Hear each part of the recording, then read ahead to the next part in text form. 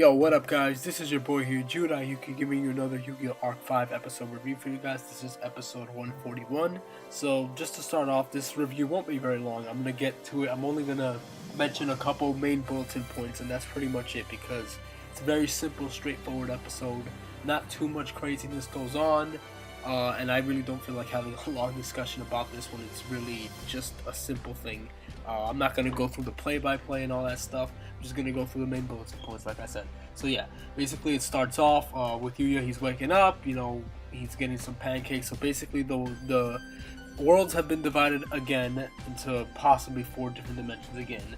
And everything's back to normal. I guess Yuya's going back to school like normal as usual, and that's pretty much it. Then he goes off to school. Once he gets to school, his friends, the students at the school, they notice that he's wearing these cool new boots that Alan gave him. They ask him where'd he get it from, and he doesn't actually know where he got it from. He says that a friend gave it to him, but he doesn't remember who. So it's very clear and evident that he lost his memories. The same goes for Yuya's dad. He has that fan that Yuzu uses all the time, but he can't remember her, so he can't even remember her own daughter. But he knows there's something off with this, and he doesn't know why, and we'll get to that. But yeah, so everybody's memories are erased for the most part, except for like Akaba Reiji and maybe certain other characters who, for whatever reason, have their memories. I'm assuming the reason why Reiji has his memories is because he's one of the most intelligent characters, so naturally he would get his memories first. And he would be able to notice if something's off first because he's more intelligent, just like how Akabaleo was an intelligent person, which is why he was able to regain his memories after some time. So yeah, moving on. So Yuya's gonna duel the 3 little kids from the duel school. It's Sunday and whatnot, so they're just gonna duel for fun, 3 versus 1. And the first thing I noticed is that Yuya does have pendulum monsters. He still has Time Gazer, Stargazer, which I thought that he possibly wouldn't have pendulums anymore because everything got separated again. I thought it would kind of be a repeat, but apparently he does actually have pendulum monsters. And on top of that, not just him, but everyone has pendulum monsters. And Reiji mentions in this episode that this used to be called the standard dimension, but now it got renamed to the pendulum dimension because now everybody has pendulum monsters. It's now a normal thing in this new world. And yeah, so I mean, it's still technically the standard in the sense of everything looks the same, but it's just now that everybody has pendulum monsters. Like you see, this kid, I forgot what his name was, Michi Tetsuo. No, it's not Tetsuo. That's from Zexo. But it's not him. But yeah, he has despots, which I was just blown away. I was like, before I even noticed that it was pendulums, I just noticed despots. I'm like, whoa, is that despots? It's like, I flipped out for a second there. I was just blown away. Then Tsutsukage has some new pendulums here. Sawatari still using his Abyss Actors, and yeah, so everybody has pendulum monsters, pretty much. So that's pretty much how it goes down. After that, Yuya gets a call saying that Kaba Reiji has invited him to LDS to join the championship so he can become a pro duelist and whatnot. Sawatari and Gogenzuka were also invited for this thing. For this tournament and whatnot, so they go there. They go to the tournament, and it's going to be a battle royale. It's going to be a battle royale of 4 people. So it's not going to be. I think this is kind of like the exhibition match before the tournament starts. I think they said that before the Junior U Championship, you guys will duel first. So this is kind of like I guess an exhibition match because he's trying to. Apparently, according to this episode, he's trying to get their memories back because nobody has their memories, so he wants them to have it back. So he's trying to recreate the situation. So he decides that everybody's gonna duel in the battle royale again. So the battlefield that they're dueling in is in that volcano area where Academy attacked last time, and this and that. So as soon as they see this field, the pendulum swings, and Yuya recognizes this feeling, but he doesn't know what it is. So we move on. It turns out that the 4th person that is a part of this tournament is Tsutsukage, and he was hired by Kabareiji to pressure Yuya during this duel to regain his memories, and that's pretty much his goal. Apparently Tsutsukage does have his memories. also with Yuzu's dad, he's kind of just like looking at the fan. He's very distracted, and he knows there's something off with his fan. He knows this belongs to someone important. He can't remember his own daughter. And it's really bugging him, and he's not sure what this means, but it's really bugging him. Moving on. So like I said, as the tournament proceeds on, the pendulum keeps swinging because he's slowly regaining his memories back.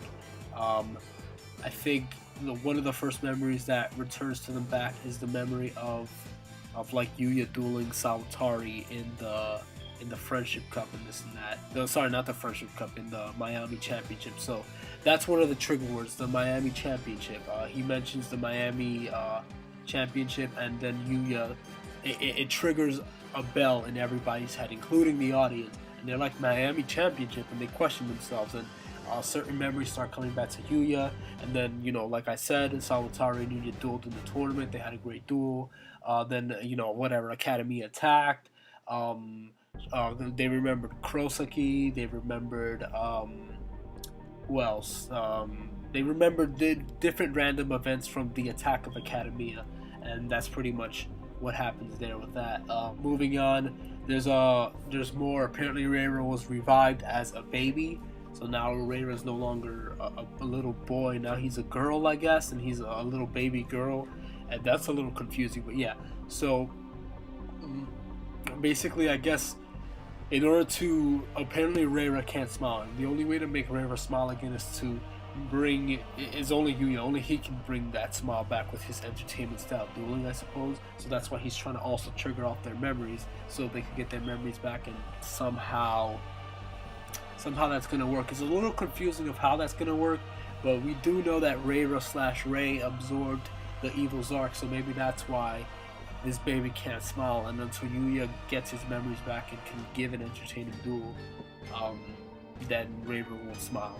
So yeah, Tsusekage, throughout the duel, he's putting on pressure with his new pendulum monsters and everything, and he's pretty much about to knock Yuya out right now. And then Yusho, at some point, he does come through where Reiji is, and he does mention that if Yuya is defeated here, then that is his limit as a duelist. Reiji agrees, and I think Reiji also says to Himeka that you should give up on Reiji's on Reira's smile and whatnot, because unless Yuya comes back, it's not going to happen, and this and that. And she's all concerned. I'm confused about her character now, because she got everybody got brought back into this world, so apparently she's a lot more nicer and more caring in this dimension. I don't know why, but I mean, I guess this is her child now. Reira wasn't her child previously, but now that they got reborn again, Reira was reborn as her daughter, so I guess that's why she has more of a sentiment, and she's less colder, and now that she's been revived or whatever. It's very confusing. It's all very confusing. There's still a lot of questions that need to be answered.